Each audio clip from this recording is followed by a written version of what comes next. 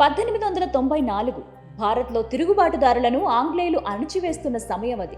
సరిగ్గా ఇదే సమయంలో ఈస్ట్ ఆఫ్రికాలో బారిస్టర్ ప్రాక్టీస్ చేసిన ఓ కుర్రాడు బొంబాయికి వచ్చి మేడ్ ఇన్ ఇండియా ముద్రతో ఆపరేషన్కు వాడేటువంటి సర్జికల్స్ తయారీ మొదలుపెట్టాడు.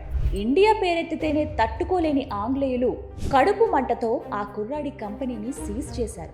ఆ కుర్రాడు అక్కడితో ఆగిపోలేదు. ఇవాళ ప్రపంచంలో ఉన్న ప్రతి ఇంట్లో తన వస్తువులు ఉండేలా తన వ్యాపార సామ్రాజ్యాన్ని విస్తరించాడు. ఆ కుర్రాడు ఎవరో కాదు, గోద్రేజ్ గ్రూప్ వ్యవస్థాపకుడు ఆర్థర్ గోద్రేజ్.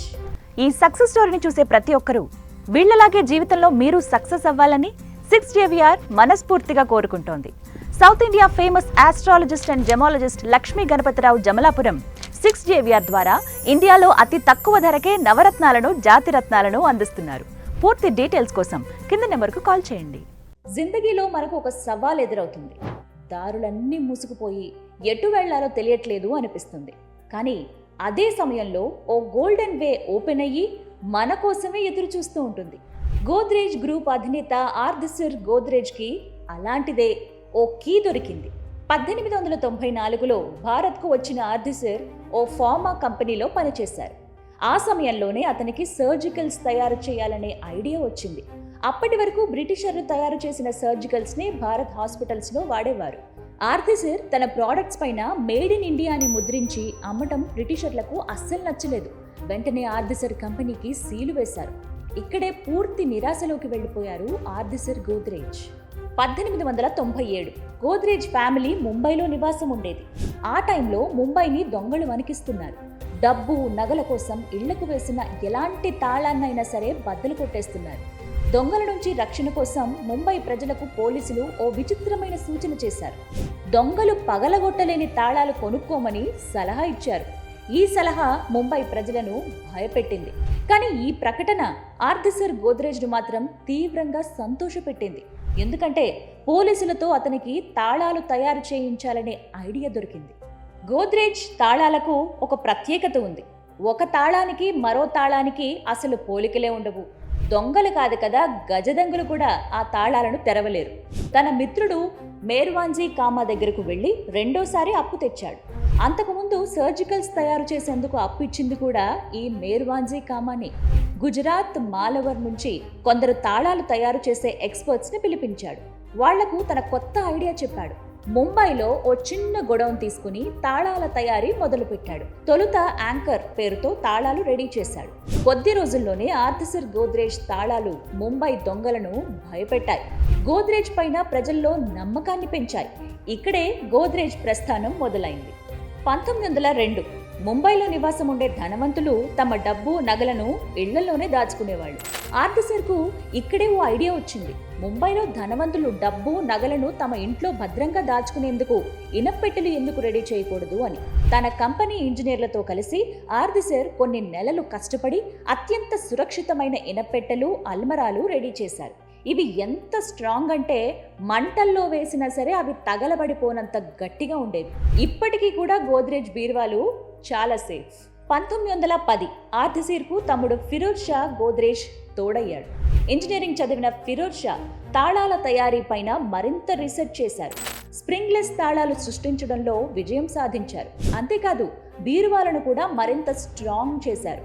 అవి ఎంత సేఫ్ అంటే 1944లో ముంబైలోని డాక్ యార్డ్లో ఓ భారీ పేలుడు జరిగింది.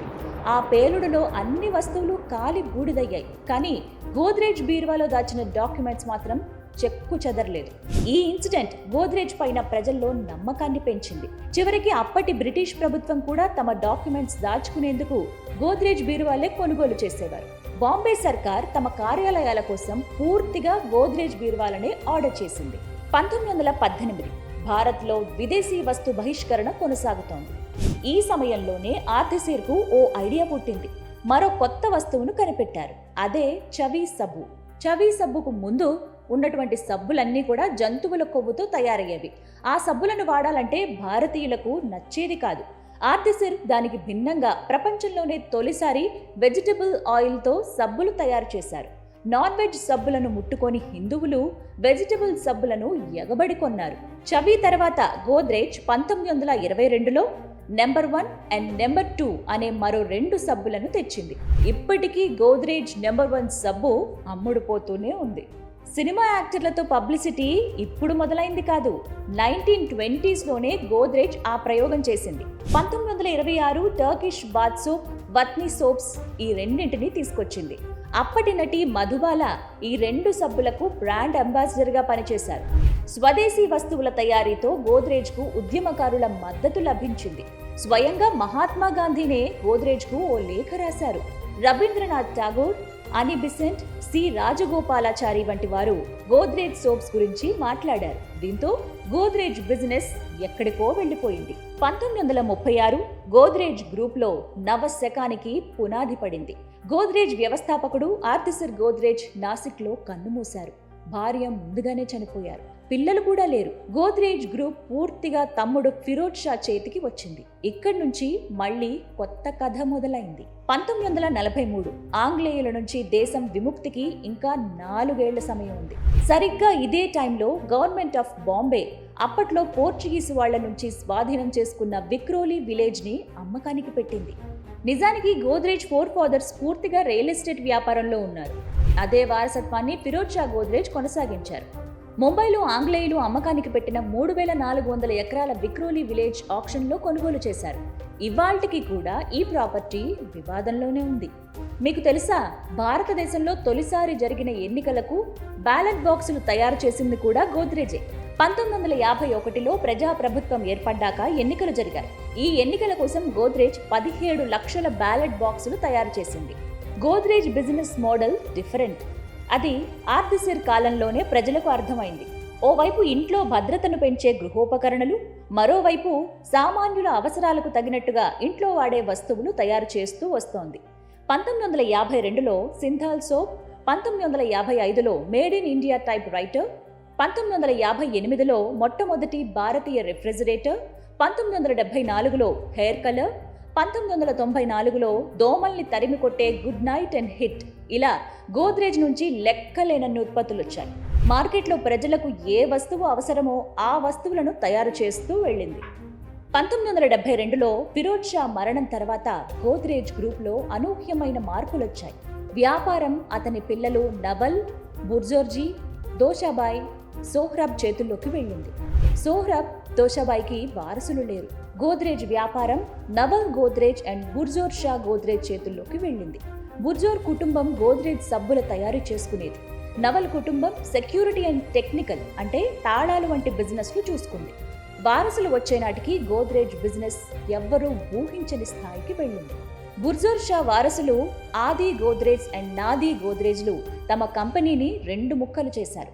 ఒకటి గోద్రేజ్ ఇండస్ట్రీస్, ఇందులో సెక్యూరిటీ అండ్ టెక్నికల్ వస్తువులు తయారు చేశారు. రెండవది గోద్రేజ్ కన్స్యూమర్ ప్రోడక్ట్స్, దీని కింద సబ్బులు, గుడ్ నైట్, హిట్ వంటి ఉత్పత్తులు తయారు చేశారు. 1990లో గోద్రేజ్ సంస్థ రియల్ ఎస్టేట్లోకి అడుగుపెట్టింది. గోద్రేజ్ ప్రాపర్టీస్ కంపెనీని స్టార్ట్ చేసింది. అంతేకాదు 1991లో యానిమల్ ఫీడ్ కంపెనీ గోద్రేజ్ అగ్రోమెట్ ప్రారంభించారు. బుర్జోర్ షా వారసుల చేతుల్లో ఉన్న గోద్రేజ్ ఇండస్ట్రీ కింద మొత్తం 5 కంపెనీలు వచ్చి చేరాయి. ఇక్కడ గోద్రేజ్ రెండో భాగం అంటే నవల్ గోద్రేజ్ వారసులు జంసయిద్ గోద్రేజ్ అండ్ స్మితా గోద్రేజ్ చేతుల్లో మిగతా భాగం ఉంది. ఇందులో గోద్రేజ్ అండ్ బాయ్స్ కంపెనీ ముఖ్యమైనది. ఇది ఆర్థర్ గోద్రేజ్ స్థాపించారు. వీళ్ల చేతుల్లో Godrej locking systems, Godrej aerospace, Godrej appliances, Godrej interior, Godrej material holding, ఇలా బోలెడన్ని కంపెనీలు వెలిశాయి. విచిత్రం ఏంటంటే గోద్రేజ్ గొడుగు కింద వచ్చిన అన్ని కంపెనీల్లో గోద్రేజ్ ఫ్యామిలీలోని అందరికీ భాగస్వామ్యం ఉంటుంది. ముంబై పోలీసులు దొంగలను పట్టుకోవడానికి పటిష్టమైన తాళాలు కావాలని చెప్పకపోయినా, బ్రిటిష్ వాళ్ళు మేడ్ ఇన్ ఇండియా ముద్ర ఉందని కంపెనీని మూత వేయకపోయినా ఇంత పెద్ద గోద్రేజ్ సామ్రాజ్యం ఏర్పడేది కాదేమో అనిపిస్తుంది. గోద్రేజ్ సక్సెస్ స్టోరీ నుంచి ఒకే ఒక్క బలమైన పాయింట్ నేర్చుకోవచ్చు. కంపెనీ విస్తరణ అంటే కేవలం బ్రాంచ్లను పెంచడమే కాదు, ఉత్పత్తులను కూడా పెంచటం. గోద్రేజ్ అదే చేసింది. నిత్యం ప్రజలకు అవసరమైన ఉత్పత్తులపై దృష్టి పెట్టింది. తిరుగులేని సక్సెస్ను సాధించింది. మీరేమంటారు? కామెంట్ చేయండి.